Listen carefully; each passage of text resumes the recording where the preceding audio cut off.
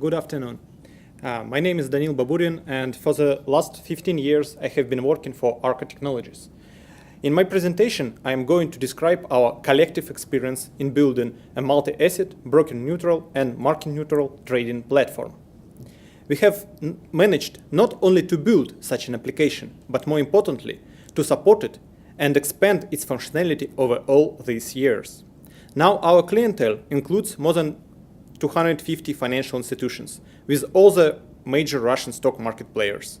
The system is an obvious leader among Russian brokerage platforms, with over 100,000 end screens using it on a daily basis. From the functional point of view, the system is an OEMS that combines speed, workflow, intuitive design, and trading tools of EMS, execution management system, with extensive functionality of OMS, order management system. Right from the start, we decided to build the system so it would be able to work with any asset class without modification of its core. So now we do have installations that support stocks, fixed income, FX, derivatives, and even commodities. Moreover, in most cases, all available assets are not only traded from a single front end, but also are accounted together from the risk perspective. Naturally, the system allows to connect any exchange in a plug-and-play manner. And from the trading perspective, there is no difference between OTC and exchange-traded instruments. So now our clients successfully trade on about 30 venues. Personally, I do believe that the chosen architecture was one of the main success factors, and it is worth presenting here. Usually, I tell all newcomers that they will deal with a standard 3-tier architecture. But that is not absolutely true. In a standard 3-tier architecture, a data tier and an application, there is a data tier that stores the data, and application layer disseminates it to end screens. In our case, we do have exactly the same tier structure, but all the data is stored in the application layer instead, so it can be retrieved without querying the data tier for each customer request. Therefore, the full set of data is pushed from the data tier as soon as data appears or changes. In order to store the data, in the application layer, we use proprietary in-memory database. It gives us an ability to store abstract data with total control over the speed of read and write operations. Going down one level deeper, we can see the following picture. The data tier consists of feed handlers, also known as gateways. Such gateways transmit information to the application server, and then the information is transmitted to a dissemination layer. The dissemination layer is a hierarchy of the access servers, where each server is practically a copy of the main application server. Each has data stored in its own in-memory database. User actions, known as transactions, are passing in the other direction, from the presentation layer to exchanges via the application server. By now, the architecture is suitable for task of market data dissemination and order routing only. This is EMS. However, in order to provide clients with additional services or to build OMS functionality, we need to introduce a certain business logic into the system. This logic should produce complicated workflows, enrich data, and provide users with more functions besides simple order registry. We do it with the help of another layer, a business logic layer, that contains modules for such behavior. Technically, the business module connects to application server as a gateway, provides the system with some data, and utilizes user actions that come from end screens. On the other side, the business module could appear as a data receiver. It is connected from the user side as a system's client and is able to receive any data it subscribes to. Moreover, this module can send some transactions from its name to the system. This way, the business modules may interact not only with end users, but also with each other through the application server. Let me show you a brief example of such interaction. The smart order router connects as a client, gets market data from several exchanges, and as a gateway sends an aggregated order book to the system. The spreader connects as a client, gets the aggregated order book from the smart order router, applies spreads, and sends a modified order book to the system. Clients are able to see spreader information and deal with it in exactly the same manner as they deal with information from any other exchange gateway. Clients can put an algo order that is handled by algo suite in the business logic layer. The algo suite also gets market data, and on its basis, it decides when to execute a child order. A child order is delivered to the spreader that can apply logic to create an OTC trade between the client and the firm and to cover the firm's position on the exchange. Thus, another transaction is sent from the spreader to smart order router. Smart order router gets an order, splits it for best execution, and sends final exchange orders. The real beauty of this picture is in the fact that all its pieces, exchange gateways, smart order router, spreader, and algo suite, are not aware of each other. The links between them appear not in the program code, but in the system's configuration. Here we have a concept of very late binding. It means that with the same success, such construction could work in any combination of these modules, with or without algo, spreader, or smart order router. And this is true for any other module from the business logic layer. All of them are compatible on one hand and complementary on the other. In order to achieve such universality, we had to develop a proprietary network protocol that allows us to work with any abstract data type. In all system diagrams shown above, you can see only two types of intermodular communication. We call them a gateway protocol and a user protocol. The gateway protocol is used to upload data to the application server and get back user actions. The user protocol is used to disseminate data and collect transactions. There is not much difference between these two protocols from the business logic perspective. They are just optimized differently at the network level. The first one is suitable to work with a single data receiver and reduces latency. All data is pushed without requests. The user protocol has quality of service functionality, data buffering, and network bandwidth optimization. All data is available on subscription model. The important part of both protocols is the initialization phase. Each protocol requires a sender to describe to the system the format of each data message to be sent later and each transaction to be received. Therefore, we deal with abstract data and abstract operations supplemented with metadata that describes the rules of how to interpret the data and how to disseminate it. In practical terms, this is a proprietary message bus. The above example shows that we have not a single system, but a constructor that allows combining and configuring required functionality. Right now, our price list includes about 120 options for clients to choose from.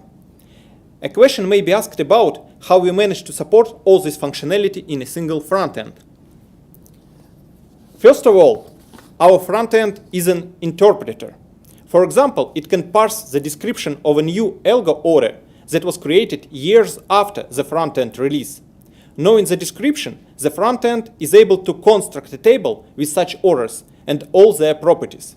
If a user wants to create a new order of this type, the front-end interprets transaction description and dynamically builds a form for order entry. Secondly, the front-end uses plugin technology that allows to insert any functionality as an external module. It is required for complex tasks of data visualization and processing. For example, such a plugin can show a specific order book form for FX market or compare rates of return for bonds. Other set of plugins would allow showing an option desk or volatility curve for derivatives. All that is embedded in a plug-and-play manner and works if corresponding data is available from gateway or business logic modules. Now we move on to approaches in development and testing of such an architecture. At a first glance, a modular approach, in comparison with a solid system, should cause us a lot of pain, because we need to get into account many combinations of such modules. Actually, the modular approach is a great relief. When the central part of the system, known as application server, works well, all interfaces are stable and quite independent, then we enrich the system with new behavior without touching existing parts, just by introducing a new module in the business logic layer or new plugin in the presentation layer. It means that different functionality can be created and tested by different groups in parallel. Slide shows us some numbers. There are about 170 modules in place, including legacy ones, and 120 out of them are in current price list. On average, we do have 20 modules in parallel in production pipeline with 3 to 5 releases per week. All this is handled by 30 developers, 15 testers, and 15 tech support staff. Each team member has a certain specialization over a set of modules. In addition, in order to perform your part well, you do not need to understand the whole system very well. It is enough to know your part and general rules of module interaction. Of course, there is a separate team of business analysts who are able to allocate any customer request to existing modules and have a vision on how to construct a solution. Also, there is a set of different committees that ensure architectural integrity and enforces priorities if we lack resources. However, one of the main ideas is that all modules are spread over different people, so that a person can practically own a block of functionality and have a wide responsibility in deciding what to do and how to do it. This generates strong motivation and produces an atmosphere of constructive cooperation. Immediate request segregation is another consequence of modular approach. As long as all functionality belongs to a certain module, we can store each customer request assigned to this module. It helps sort out all customer requests and route them to the proper people or groups of people without hassle. What contributes to successful testing in modular approach? In the ideal situation, test environment for each module should be available 24/7 and be independent from external conditions. In order to achieve this, we have simulators for exchange activity for each asset class.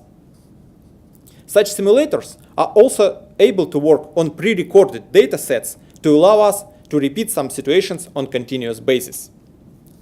One of the main obstacles for organizing automatic regression checks was a great asynchrony of the constructed system. As long as modules are not aware of each other, they are constructed to produce data and to react to data in asynchronous manner. So, even having constant data flow from gateways, we cannot ensure that other components would get this flow in the same order.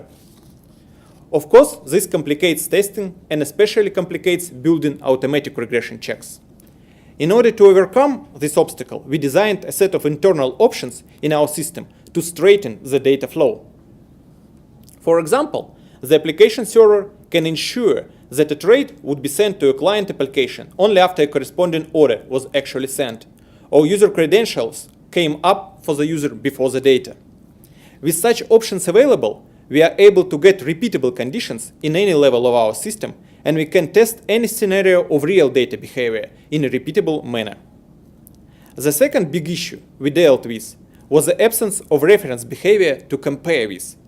It happened to be practically impossible to create large set of test suites with complex cases, working under different system and software options, and to know in advance the right results of systems behavior. Therefore, we ended up with another approach for automatic regression checks. Now we are comparing results of all test suites with ones produced on a previous version of the same software. The system allows launching and recording results for any program version and then comparing these results with the ones produced for the test version. In this manner, we can run any number of arbitrary tests using different data and different options to generate tests and option sets automatically and not worry about what is actually correct or about reference behavior. The reference is always produced automatically on the same system run on the release version of software. This approach allows us not only to compare human-readable data, but also to compare internal structures and internal data. For example, we can record network flow, content of in-memory database, log files, etc., and compare all this between system runs. This gives developers valuable information about changes not in the system's behavior, but about unexpected internal changes. The whole environment for such automatic regression checks was created on our own. Of course, some things could not be done in a 100% abstract manner. The best example of such an exception in our case is risk calculations. At the start, we tried to handle it in a generic abstract way. We created abstract interfaces to risk modules and tried to build up a separate risk modules for each model and each asset class. Therefore, for several years, we lived with several risk modules variants. Then we failed to build a portfolio margining approach in such a scheme. So we were forced to unite all existing asset-specific modules into one. Now we have one risk calculation module that works with any asset class and gets into account business specifics of each asset class. Some parts of the module remain universal. For example, commission calculation, fat fingers checks, blacklists, etc. All this functionality works well for any asset class. However, margin calculation and position handling depend on asset specifics. Probably due to this fact, one risk module for all cases, the risk module is the most complex part of the current system. About 20% of the whole team is devoted to this single module. And we are constantly looking for ways to re-engineer it. Therefore, this exception emphasizes our thesis that you cannot pay too high a price for the right architecture of your application. In the long term, it would determine not only operational characteristics, development and testing processes, but also the success of your entire project. Thank you for your attention.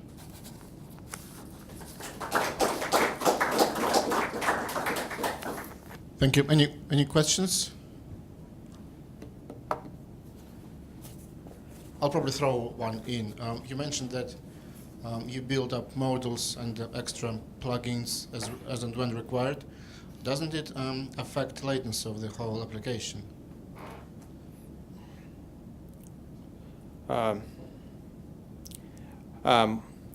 Maybe, of course, it affects latency. And from the latency perspective, it would be more wise to have a single system with all embedded functionality into some core that is closely coupled and all this stuff. But the system in the configuration I showed you in my presentation is used not for high-frequency traders. It is like for retail investors, for desk operations, and several dozens of microseconds additional doesn't bother anybody. And for high-frequency installations, actually we do have pretty much the same architecture that is specially tuned by the set of options to be suitable for high-frequency trading. And there we have slightly different approaches, and it's quite a different story, high-frequency trading. Okay. And probably, well, the last one from me, going back to the previous presentation by David, do you have any plans of implementing FPGA solutions? Actually, it's not plans for the future, it is our past. Several years ago, we had a project with Arista. They had a FPGA switch, and we tried to build embedded risk management solution inside of this FPGA. We spent quite a lot of effort to do this. And we were in a testing phase when Arista said that they quit producing these network cards, these FPGAs, and we quitted the project because it was very hard to port it to another hardware. So we failed actually. Well, that was unlucky. But do you see them working further down the line in the future, trying to do that again? No, I doubt that. Baburin, thanks. ARQA Technologies.